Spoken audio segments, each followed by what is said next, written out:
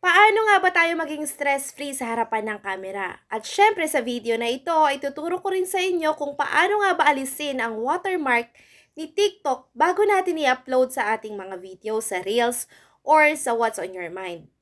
Para sa mga nakasubaybay talaga sa mga videos ko ay dito sa video na ito ay makikita nyo naman na GGSS talaga ako. Kagaya na lamang ng kinoment ni Kuya Joel. Gumanda ka ngayon parang stress-free. Alam nyo kasi dito sa mundo ni Meta, kailangan talaga mawala ang mga taong nagpapastress sa'yo para lumabas ang tunay mong ganda, sure. Lalo 'di ba, ang dami ng mga videos na nakakapagpa-stress sa atin na dumadaan sa news feeds natin. Pag hindi ka happy sa kanila, i-unfollow mo yung mga yan. O di syempre, yung mga followers ko, ayoko namang i-unfollow nila ako. Kaya ako nag-filter minsan, sure.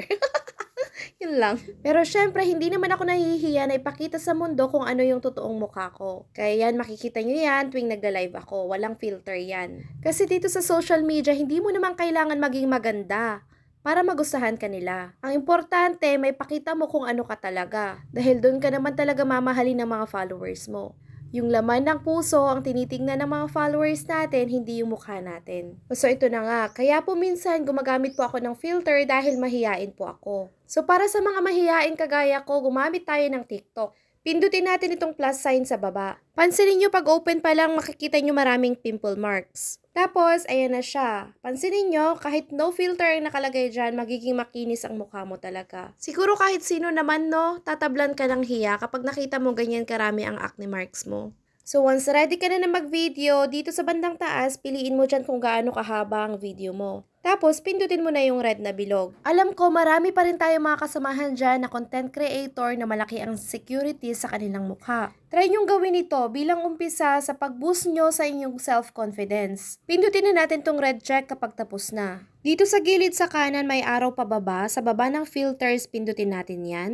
Scroll lang natin konti at pindutin natin itong save. Once save na, ay mapupunta na yan diretso sa ating gallery.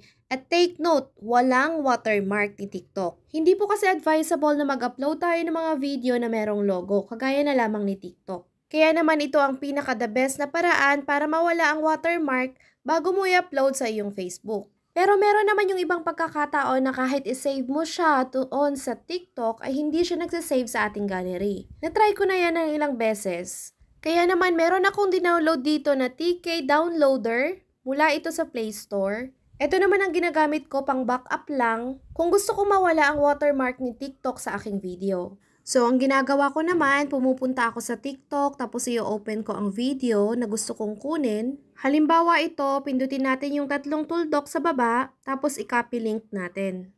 Tapos balikan natin si TK Downloader.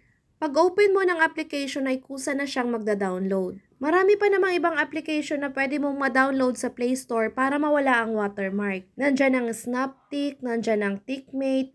Pero para sa akin, dito kasi ako mas nadadalihan. Congratulations kung umabot ka sa part na ito dahil pwede kang magkaroon ng bagong Samsung A15, sundan lang ang steps na ito.